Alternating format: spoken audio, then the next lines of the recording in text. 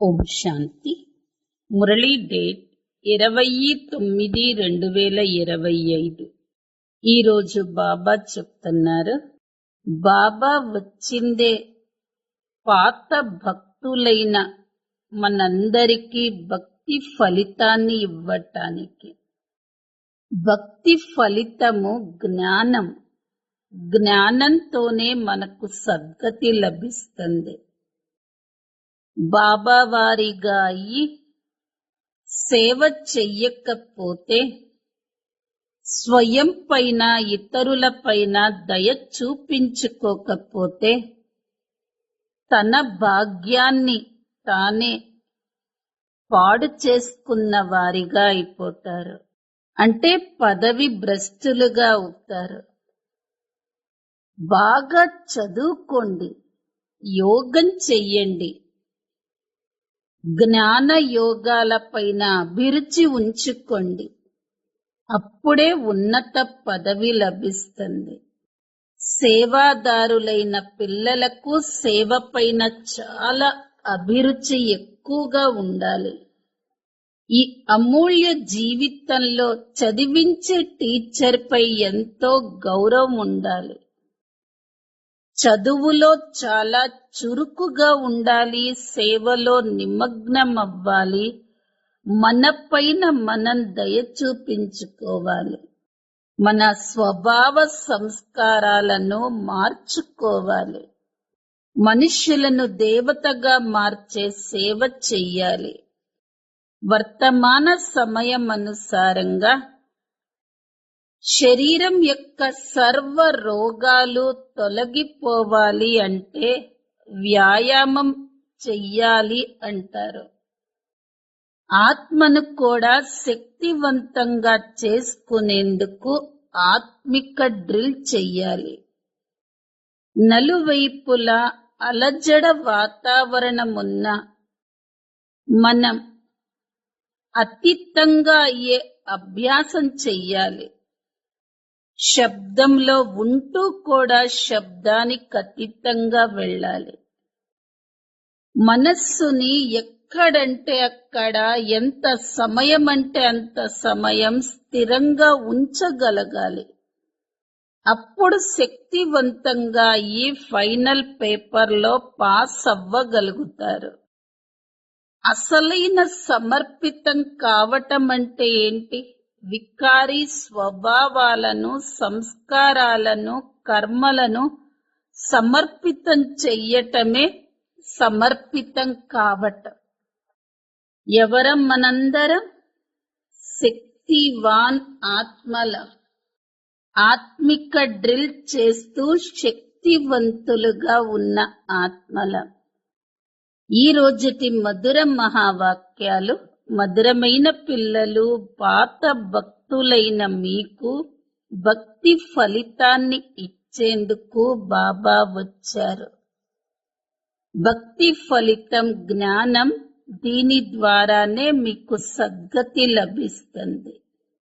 ప్రశ్న: కొందరు పిల్లలు నడుస్తూ నడుస్తూ తమ భాగ్యాన్ని తామే నాశనం చేసుకుంటారు, అది ఎలా?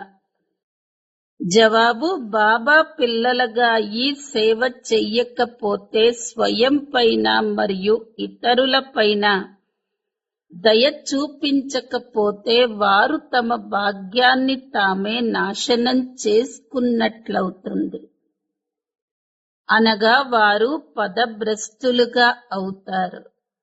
బాగా చదువుకుంటూ యోగం చేస్తున్నట్లయితే పదవి కూడా మంచిగా లభిస్తుంది. సేవాదారులైన పిల్లలకు సేవ అభిరుచి చాలా ఎక్కువగా ఉండాలి. పాట: ఈరోజు ఉదయమే ఎవరొచ్చారు మనస్సు ద్వారం ముందుకి. ఓం శాంతి. ఆత్మిక పిల్లలు తాము ఆత్మలమని, శరీరాలు కాదని అర్థం చేసుకున్నారు. పరంపిత పరమాత్మ నుండి ఈ జ్ఞానం ఇప్పుడే లభిస్తుంది. నేనొచ్చినప్పుడు మీరు స్వయాన్ని ఆత్మగా నిశ్చయం చేసుకోండి. ఆత్మనే శరీరంలోకి ప్రవేశిస్తుంది. ఒక శరీరాన్ని వదిలి ఇంకొక శరీరాన్ని తీసుకుంటూ ఉంటుంది. ఆత్మ ఎప్పుడూ మారదు, శరీరం మారుతుంది. ఆత్మ వినాశనం లేనిది కావున స్వయాన్ని ఆత్మగా భావించాలి. ఈ జ్ఞానాన్ని ఎప్పుడు ఎవరు ఇవ్వలేరు. పిల్లల పిలుపుపై బాబా వచ్చారు. ఇప్పుడిది పురుషోత్తమ సంగమ యుగమని కూడా ఎవ్వరికీ తెలియదు. కల్పంలోని పురుషోత్తమ సంగమ యుగంలోనే నేను రావటం జరుగుతుంది. అప్పుడే మొత్తం విశ్వమంతా పురుషోత్తమంగా అవుతుంది అని బాబా అర్థం చేయిస్తారు. ఈ సమయంలో మొత్తం విశ్వమంతా కనిష్టంగా పతితంగా ఉంది. దానిని అమరపురి అని అంటారు.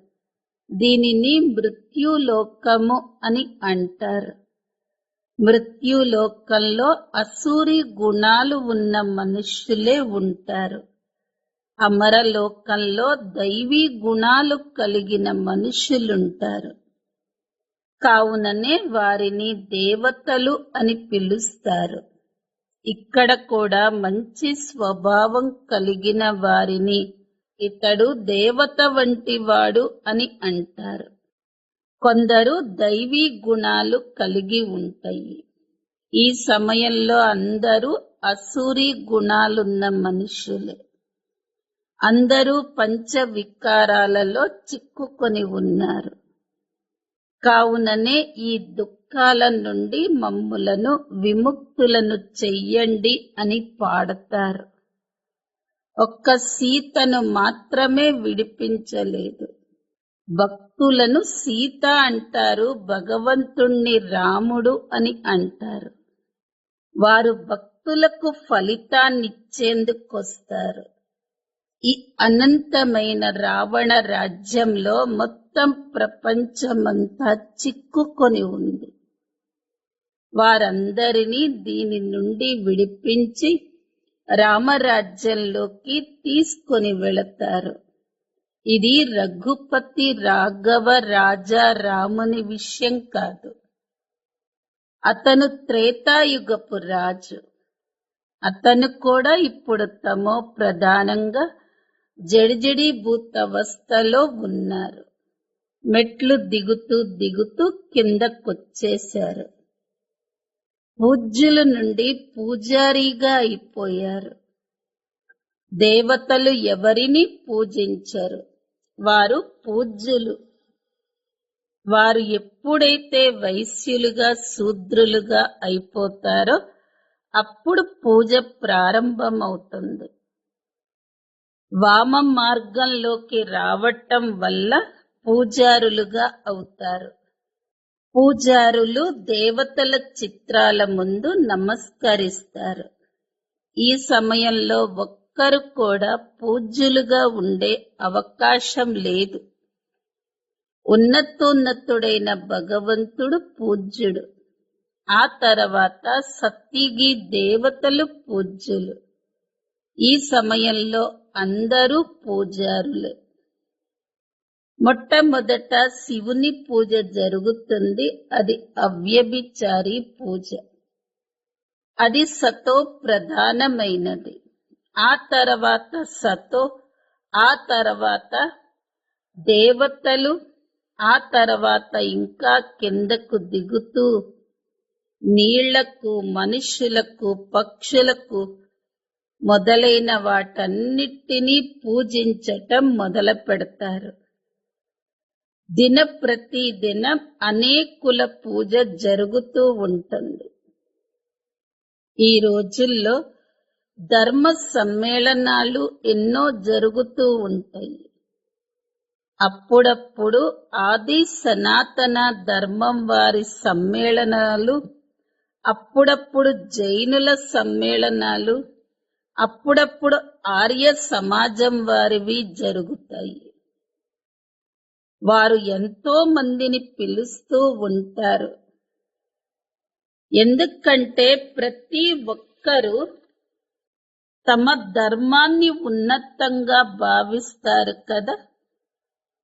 ప్రతి ఒక్క ధర్మంలో ఏదో ఒక విశేష గుణం ఉన్న కారణంగా వారు తమను తాము ఉన్నతంగా భావిస్తారు. జైనులలో కూడా రకరకాలుగా ఉంటారు. వారిలో 5-7 రకాల వారుంటారు. వారిలో కొందరు నగ్నంగా కూడా ఉంటారు. నగ్నంగా అవ్వటం అన్న దానిని వారు యథార్థంగా అర్థం చేసుకోలేదు. నగ్నంగా అనగా అశరీరిగా వచ్చారు, మళ్ళీ అశరీరిగా అయ్యి వెళ్ళాలి అని భగవాను వాచ ఉంది. దీనికి వారు వస్త్రాలను వదిలి నగ్నంగా అయిపోతారు. భగవాను వాచ దీని అర్థం వారు అర్థం చేసుకోరు. ఆత్మలైన మీరు ఇక్కడ ఈ శరీరాన్ని ధరించి పాత్రను అభినయించేందుకు వచ్చారు. మళ్ళీ మీరు తిరిగి వెళ్ళాలి. ఈ విషయాలను పిల్లలైన మీరు బాగా అర్థం చేసుకుంటారు. ఆత్మనే పాత్రను అభినయించేందుకు వస్తుంది. వృక్షం వృద్ధిని పొందుతూ ఉంటుంది. కొత్త కొత్త రకాలైన ధర్మాలు ఉత్పన్నమవుతూ ఉంటాయి. కావుననే దీనిని వెరైటీ నాటకము అని అంటారు. ఇది వెరైటీ ధర్మాల వృక్షం. ఇస్లాములు ఎంత నల్లగా ఉన్నారో చూడండి.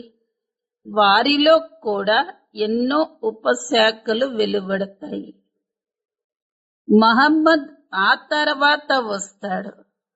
మొదట ఇస్లాం ఉంటుంది.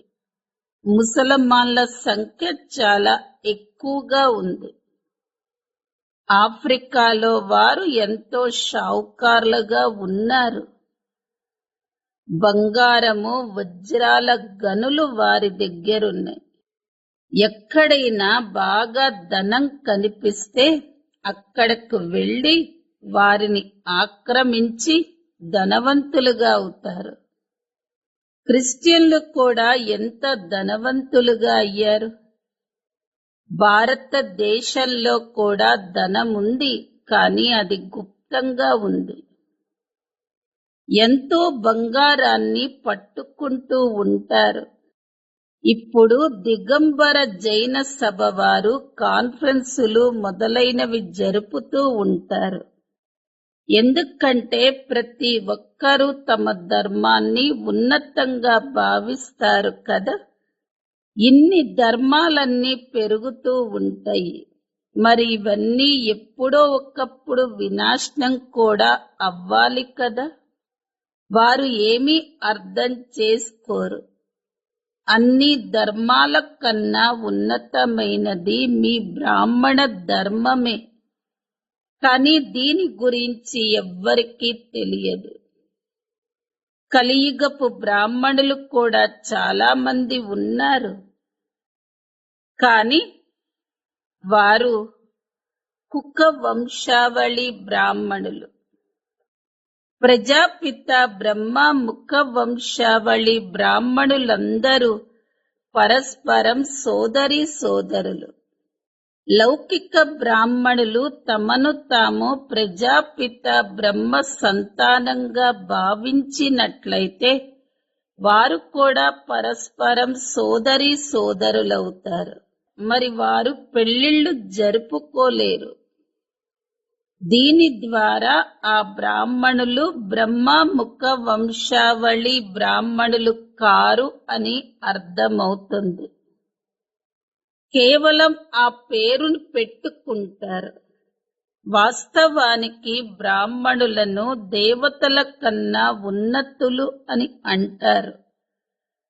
వారిని విరాట రూపంలో పిలకగా చూపిస్తారు కదా. ఈ బ్రాహ్మణులే మనుష్యులను దేవతలుగా తయారు చేస్తారు. చదివించేది స్వయం జ్ఞాన సాగరుడైన పరంపిత పరమాత్ముడు. ఇది ఎవ్వరికీ తెలియదు. బాబా వద్దకొచ్చి బ్రాహ్మణులుగా అయ్యి మళ్ళీ శూద్రులుగా అయిపోతారు.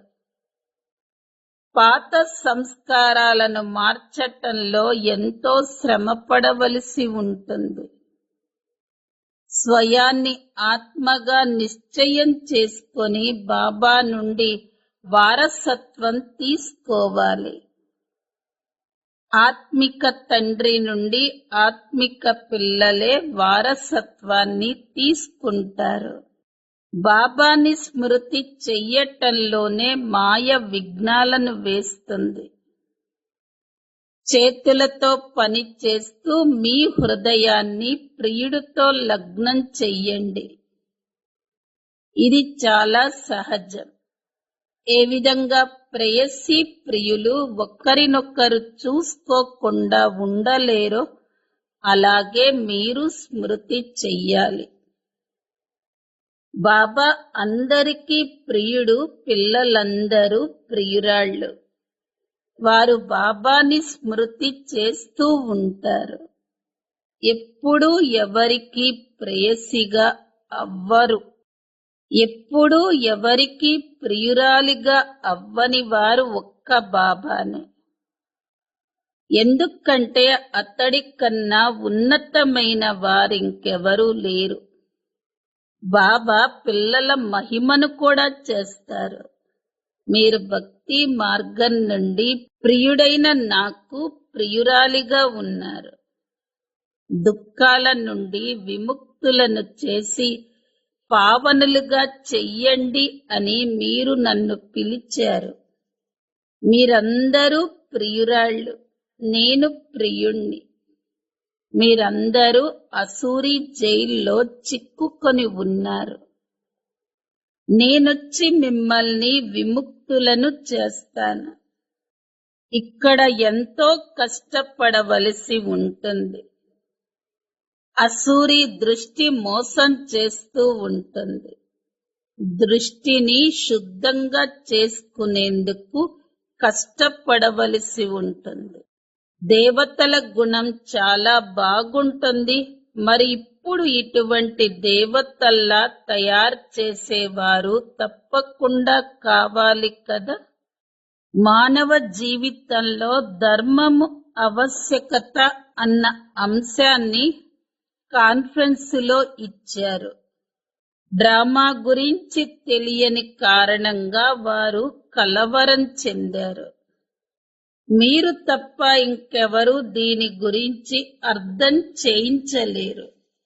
క్రిస్టియన్లకు లేక బౌద్ధులకు తమ క్రీస్తు, బుద్ధుడు మొదలైన వారు ఎప్పుడు వస్తారో తెలియదు. మిమ్మల్ని అడిగితే మీరు వెంటనే ఆ లెక్కలన్నింటినీ తెలియచెయ్యగలరు. కావున ధర్మం ఆవశ్యకత ఎంతగానో ఉంది కదా అని వారికి అర్థం చేయించాలి. మొట్టమొదట ఏ ధర్మం ఉండేది, ఆ తర్వాత ఏ ధర్మం వచ్చింది? మన ధర్మం వారు కూడా కొందరు వీటిని పూర్తిగా అర్థం చేసుకోరు. యోగాన్ని జోడించరు. యోగం లేకుండా శక్తి లభించదు, పదును ఏర్పడదు. ఒక్క బాబాని మాత్రమే ఆల్మైటీ అథారిటీ అని అంటారు. మీరు ఎంత సర్వశక్తివంతులుగా అవుతున్నారు. మీరు విశ్వానికే యజమానులుగా అవుతున్నారు. మీ రాజ్యాన్ని ఎవరూ మీ నుండి దోచుకోలేరు. ఆ సమయంలో ఇంకే ఖండము ఉండదు. ఇప్పుడు ఎన్ని ఖండాలున్నాయి? ఈ సృష్టి చక్రం ఎలా తిరుగుతుందో చూడండి. ఈ చక్రం 5000 సంవత్సరాలకు ఒక్కసారి తిరుగుతుంది. ఈ సృష్టి ఎంత పొడవు ఉంటుంది అన్నది ఎవరూ కొలవలేరు. భూమిని కొలవగలరేమో కాని సముద్రాన్నైతే కొలవలేరు. ఆకాశం మరియు సాగరం అంతును ఎవరూ కనుక్కోలేరు. కావున ధర్మం ఆవశ్యకత ఏమిటో వారికి అర్థం చేయించండి.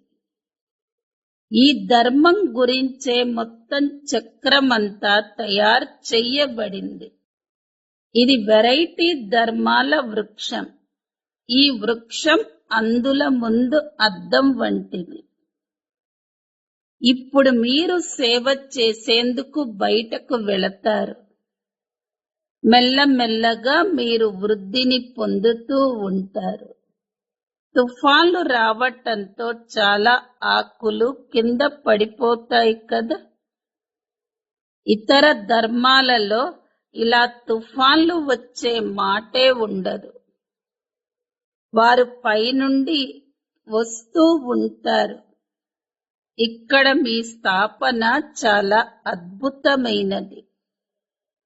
మొట్టమొదటి భక్తులు ఎవరైతే ఉన్నారో వారికే భగవంతుడొచ్చి ఫలమిస్తారు. తన ఇంటికి తీసుకొని వెళతారు. ఆత్మలైన మనల్ని మన ఇంటికి తీసుకొని వెళ్ళండి అని కూడా పిలుస్తారు. బాబా స్వర్గ రాజ భాగ్యాన్నిస్తారని కూడా ఎవ్వరికీ తెలియదు. సన్యాసులు సుఖాన్ని అంగీకరించరు. వారు మోక్షాన్ని కోరుకుంటారు. మోక్షాన్ని వారసత్వము అని అనరు. స్వయంగా ఆ శివ్ బాబా కూడా పాత్రను అభినయించవలసి ఉంటుంది. మరి ఇతరులను మోక్షంలో ఎలా ఉంచగలరు? బ్రహ్మ కుమారి కుమారులైన మీకు మీ ధర్మం గురించి మరియు ఇతర ధర్మాలన్నింటి గురించి తెలుసు. మీకు ఎంతో దయ కలగాలి. మీరు చక్రం రహస్యాన్ని అందరికీ అర్థం చేయించాలి. మీ ధర్మస్థాపకుడు మళ్ళీ తన సమయంలో ఇక్కడికి వస్తాడు అని వారికి చెప్పాలి. అర్థం చేయించేవారు కూడా చాలా తెలివైన వారిగా ఉండాలి. ప్రతి ఒక్కరూ సతో ప్రధానం నుండి సతో రజో తమోలలోకి రావలసిందేనని మీరు వారికి అర్థం చేయించవచ్చు. ఇప్పుడిది రావణ రాజ్యం. మీ వద్ద ఉన్నది సత్యమైన భగవద్గీత. దానిని స్వయంగా బాబానే వినిపిస్తారు. భగవంతుడు అని నిరాకారుణ్ణే పిలవటం జరుగుతుంది. ఆత్మ నిరాకారుడైన తండ్రిని పిలుస్తుంది. అక్కడ ఆత్మలైన మీరు ఉంటారు. మిమ్మల్ని పరమాత్మ అని పిలవరు. ఉన్నతోన్నతుడైన భగవంతుడు ఒక్కడే పరమాత్మ. మిగిలిన వారందరూ పిల్లలైన ఆత్మలు. సర్వుల సద్గతి దాత ఒక్కరే. ఆ తర్వాత దేవతలు. అందులోనూ శ్రీకృష్ణుడు మొదటి యువరాజు. ఎందుకంటే అతడి ఆత్మ మరియు శరీరం రెండూ పవిత్రంగా ఉంటాయి. మీరిప్పుడు సంగమయుగ వాసులు. మీ జీవితం చాలా అమూల్యమైనది. దేవతల జీవితం అమూల్యమైనది కాదు. బ్రాహ్మణ జీవితమే అమూల్యమైనది. బాబా మిమ్మల్ని తన పిల్లలుగా చేసుకొని మీకోసం ఎంతగా కష్టపడుతున్నారు. దేవతలు ఇంతగా కష్టపడరు. వారు చదివించేందుకు పిల్లలని స్కూలుకు పంపించేస్తారు. ఇక్కడ బాబా కూర్చొని మిమ్మల్ని చదివిస్తారు. వారు తండ్రి, టీచర్ మరియు సద్గురు కూడా. కావున వారిపై మీకు ఎంత గౌరవం ఉండాలి. సేవాదారులైన పిల్లలకు సేవ అభిరుచి బాగా ఉండాలి. చాలా తెలివైన వారు, సేవలో నిమగ్నమై ఉన్నవారు చాలా తక్కువ మంది ఉన్నారు. భుజాలైతే కావాలి కదా. యుద్ధ మైదానంలోకి వెళ్లేందుకు ఎవరికైతే శిక్షణ ఇస్తారో వారిని ఉద్యోగాలు మొదలైన వాటి నుండి విడిపిస్తారు. వారి వద్ద లిస్టు ఉంటుంది. అప్పుడు ఎవరూ మేము యుద్ధ మైదానంలోకి రాము అని మిలిటరీని తిరస్కరించటానికి వీలుండదు. అవసరమైనప్పుడు పిలిపించేందుకే డ్రిల్ నేర్పిస్తారు. తిరస్కరించే వారిపై కేసులు నడుపుతారు. ఇక్కడ అలాంటివేవీ ఉండవు. ఇక్కడ ఎవరైతే బాగా సేవ చెయ్యరో వారు పదభ్రష్టులుగా అయిపోతారు. సేవ చెయ్యకపోయినట్లయితే తమను తామే షూట్ చేసుకున్నట్లవుతుంది. వారు పదభ్రష్టులైపోతారు. వారు తమ భాగ్యాన్ని వారే కాల్చుకుంటారు. బాగా చదువుకొని బాగా యోగంలో ఉంటే మంచి పదవిని పొందుతారు. తమ పైన తామే దయ చూపించుకోవలసి ఉంటుంది. స్వయం పైన దయ చూపించుకోవలసి ఉంటుంది. అలాగే ఇతరుల పైన కూడా దయ చూపించాలి. ఈ ప్రపంచపు నాటకం ఎలా నడుస్తుందో బాబా అన్ని రకాలుగా అర్థం చేయిస్తూ ఉంటారు. ఇక్కడ రాజధాని స్థాపన కూడా జరుగుతుంది. ఈ విషయాలు ప్రపంచంలో అర్థం చేసుకోలేదు. ఇప్పుడు ఎన్నో ఆహ్వానాలు వస్తూ ఉంటాయి. 5-10 నిమిషాలలో ఏమి అర్థం చేయించగలరు? 1-2 గంటలిస్తే అర్థం చేయించగలుగుతారు. డ్రామా గురించి వారికి ఏ మాత్రం తెలియదు. మంచి మంచి పాయింట్లను ఇక్కడ అక్కడ అన్ని చోట్ల వ్రాయాలి. కానీ పిల్లలు మర్చిపోతారు. బాబా సృష్టికర్త కూడా. వారు పిల్లలైన మిమ్మల్ని సృష్టిస్తారు. బాబా తన వారిగా చేసుకొని డైరెక్టర్గా అయ్యి డైరెక్షన్లు కూడా ఇస్తారు. బాబా శ్రీమతాన్నిస్తారు. అలాగే బాబా కర్తవ్యాన్ని కూడా చేస్తారు. జ్ఞానాన్ని వినిపిస్తారు. ఇది కూడా వారి ఉన్నతోన్నతమైన కర్తవ్యం కదా. డ్రామా రచయిత, డైరెక్టరు మరియు ముఖ్య నటుడు గురించి, ముఖ్య పాత్రధారి గురించి తెలియకపోతే వారు ఎందుకు పనికొస్తారు? మధురాతి మధురమైన ఆత్మిక పిల్లలకు మాతా పిత బాప్ దాదాల ప్రియ స్మృతులు మరియు గుడ్ మార్నింగ్. ఆత్మిక పిల్లలకు ఆత్మిక తండ్రి నమస్తే. ఆత్మిక పిల్లలవి ఆత్మిక తల్లి తండ్రులకు ప్రియ స్మృతులు, గుడ్ మార్నింగ్ మరియు నమస్తే. ధారణ కొరకు ముఖ్య సారం. మొదటి పాయింట్, ఈ అమూల్య జీవితంలో చదివించే టీచర్ పై ఎంతో గౌరవాన్ని ఉంచుకోండి. చదువులో చాలా చురుకుగా ఈ సేవలో నిమగ్నం అవ్వాలి. మీ పైన మీరే దయ చూపించుకోవాలి. రెండో పాయింట్, మిమ్మల్ని మీరు తీర్చిదిద్దుకునేందుకు నాగరికులుగా అవ్వండి. మీ స్వభావాన్ని తీర్చిదిద్దుకోవాలి. మనుష్యులను దేవతలుగా తయారు చేసే సేవను చెయ్యాలి. వరదానం, ఆత్మిక డ్రిల్ యొక్క అభ్యాసం ద్వారా ఫైనల్ పేపర్లో పాస్ అయ్యే సదా శక్తిశాలి భవ. ఏ విధంగా వర్తమాన సమయం అనుసారంగా శరీరపు సర్వ రోగాలను నయం చేసేందుకు వ్యాయామం నేర్పిస్తారో అలా ఆత్మను సదా శక్తివంతంగా చేసుకునేందుకు ఆత్మిక ఎక్సర్సైజ్ కావాలి. నలువైపులా ఎంత అలజడిలో కూడుకున్న వాతావరణమున్నా కాని శబ్దంలో ఉంటూ శబ్దం నుండి అతీతంగా వెళ్ళే అభ్యాసాన్ని చెయ్యండి. మనస్సును ఎక్కడ మరియు ఎంత సమయం స్థిరం చెయ్యాలనుకుంటే అంత సమయం అక్కడ స్థిరం చెయ్యగలగాలి. అప్పుడు శక్తిశాలిగా ఈ ఫైనల్ పేపర్లో పాస్ అవ్వగలుగుతారు. స్లోగన్: తమ వికారి స్వభావాలను, సంస్కారాలను లేక కర్మలను సమర్పణ చెయ్యటమే సమర్పితమవ్వటం.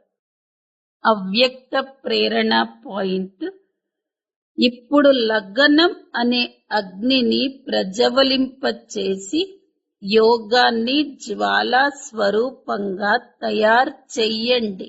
ఎప్పటి వరకైతే మీ స్మృతి జ్వాలా రూపంగా అవ్వదో అప్పటి వరకు ఈ వినాశ జ్వాల కూడా సంపూర్ణ జ్వాలా రూపంలోకి రాదు.